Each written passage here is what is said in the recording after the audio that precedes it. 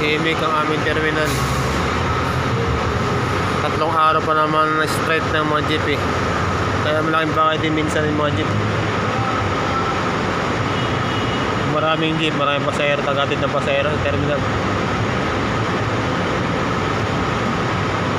Eh, normal na araw. Pag normal na araw sa itong oras, pila ng pasahero namin dito ngayon. Isa pa lang yan, oh. Isa.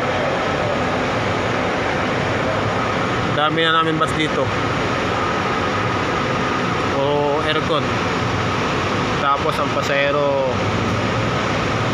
walang gaano. Tatlong araw daw to, tatlong araw, Lunes hanggang Miyerkules.